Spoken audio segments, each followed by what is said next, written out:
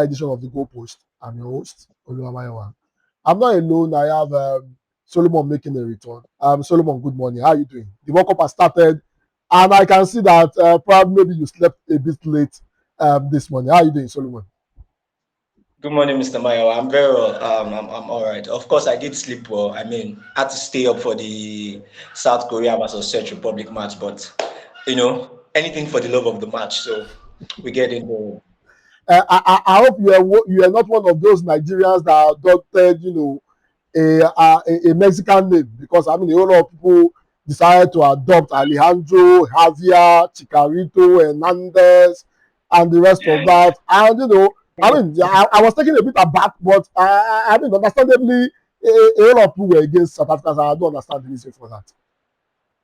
I mean, it's quite appalling what exactly is happening in South Africa right now. The xenophobic attacks and whatnot. Trying as much as possible to chase out immigrants and foreigners from the country. It just tells you how, to a large extent, hostile they have been to people from other countries, and this is one of the ways by which other countries can retaliate. Such a beautiful game of football, and the way that football unites everyone, how blown this can be. So it's not exactly surprising that people would go to that measure to want to, have a leak back at South Africa. So that's exactly what's happening. A whole lot of funny things were happening. Quite a number of Nigerians were dancing samba, even Ghanaians, other African countries. It's not just Nigeria, right? It's not just Nigeria. We have Ghanaians, Kenyans, everybody ensuring that they were supporting Mexico against South Africa. And to be honest, it was a successful 8-watch for them. So, but left to me, I personally just went to the viewing center to watch a beautiful game of football, and I was to a large extent disappointed by South Africa's performance. But it is what it is. A good start to the World Cup for Mexico and South Korea, nonetheless.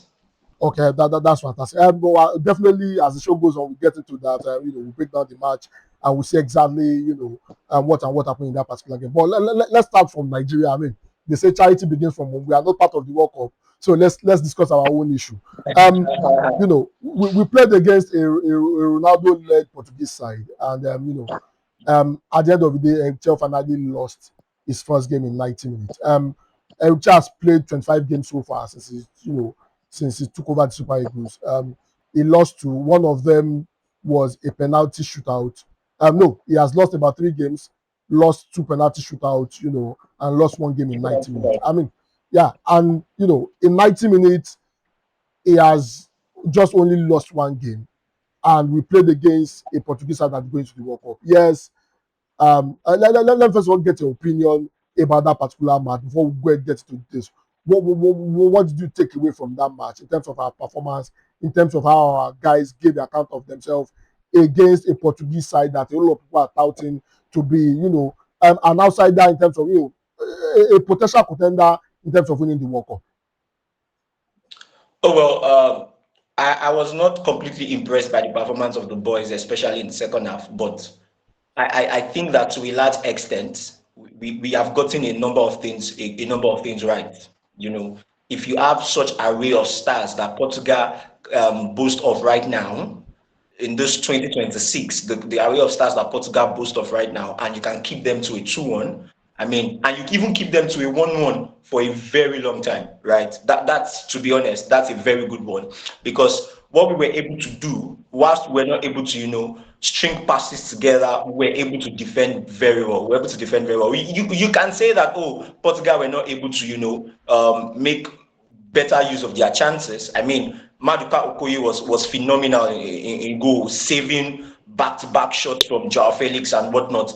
But that notwithstanding, I think that Nigeria have gotten to that position where we can now say that, okay, there's a huge improvement from the boys. If it were the Nigeria of years back now, we'd be getting walloped. Do you understand what I'm saying? So having to go toe to toe with a Portuguese side that is this good, having the best midfielders in the world, having the best defender in the world, it just tells a lot of how much the Super Eagles have improved under Eric. Bear in mind also that we do not have our striker in person of Victor Osimhen. We also do not have Ademola Lookman. So, toe to toe, we probably were not there in terms of the quality, as I said, especially in the second half. But the ability to keep Portugal for that long, that was just brilliant from the guys. I must commend them for that. I mean, yes, if you look at the stats, we only had about 39% possession. I'm sorry, I said 29% possession. We didn't, we were not well coordinated in terms of, going pound for pound against, the Portuguese side. Yes, we were able to score, we were able to hold them for a while. But I mean, if you look at all the games, the 25 games we have played so far, I think the toughest opponent we have played out of the 25 games will probably be, a Portugal. I no disrespect to other people that we have played. I think the toughest is Portugal. And if you look at that performance, does that give you confidence that an NHL will be able to do better against the likes of maybe a Germany, a Brazil, and England and just that's one part of the question. Another question is this: um, do you think it's high time we begin to play this high profile friendly so that we'll be able to see our actual lapses? Because sometimes when you are playing, I mean, a typical example, a university graduate, somebody in university going to nursery school to go and become a student there. Obviously, you would expect him to come first, but amongst his peers, he might be struggling to make a 2-1 and the rest of that. But don't you think that has been what we have been seeing so far? Because I mean, our first real test against a very good side, a very well balanced side, we struggled in terms of possession, in terms of even stringing passes together, in terms of being a huge threat in attack. Don't you think this match exposes the lapses of Excel in as much as he's trying to do a good job? Oh well, for the first part of the question, where you asked if we should, well, the first part of the question, do you want to remind me again, please? Yeah. So what I'm asking is this. I mean, I'm asking that based on how we performed so far, based on our performance so far, do you think the performance has exposed the lapses of Enchel in terms of facing off against Yes. this top quality? While the second part is more of the organization, We should because I play. mean we cannot continue to play nursery school children, no Okay. disrespect to those we are playing, and we are Okay. claiming that we are good. Okay. That's a brilliant one actually. But I want us to cast our mind back to the AFCON tournament, right? I think that we had very good opponents in the AFCON tournament. And squaring up against them in the AFCON tournament, we did so well, right? Now, we cannot, however, deny the fact that the quality that Portugal has obviously is way different from the quality that, African countries have, right? So, of course, so many things were going to be obvious. So many things were going to be obvious. And one of the things that was obvious was the fact that we could not coordinate ourselves in terms of the passes that we're making. Especially, as I said, especially in that second half, we were completely outplayed. Especially as they changed literally everyone on the pitch except Cristiano Ronaldo. And look at how they played us. Joao Felix, Contessa, they came on and they were brilliant. So you can tell that, of course, there is still a huge quality, and there's still a huge difference in the quality between Nigeria and other top countries, right? So, of course, those lapses were going to be obvious. Those lapses were going to be obvious, and it was not surprising that the lapses were obvious. What, however, was surprising was the fact that, Portugal, that is preparing for the World Cup, or they were trying to, go to the World Cup, they were obviously going to be cautious. They were obviously going to try as much as possible not to get any injuries.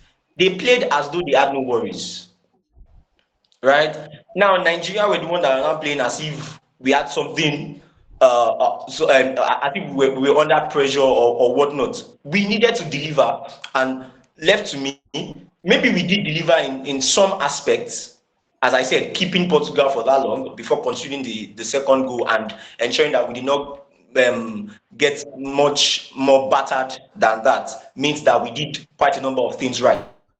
But But in terms of the overall outplay and whatnot, we still have, quite a number of things to work out or to work out. Now, in terms of the opponents that we face, I genuinely agree with you when you say we should meet top teams, because obviously if you meet England, if you meet Spain, for instance, or you meet a France team, come on, with the quality that is at play, you know that we are going to, quote and unquote, suffer, because we're obviously not going to get so much possession of the ball, and we need to work on that, obviously. But here's the thing. I believe that the friendly match that we played against Portugal is an eye-opener for Eric Chell. And I think that based on what I have seen with him so far in the tournaments that we've played in the AFCON, the Unity Cup, and even the first friendly match against Poland, I think that Eric Chell he knows exactly what he needs to work on, and he knows what to do going forward for the Super Eagles of Nigeria.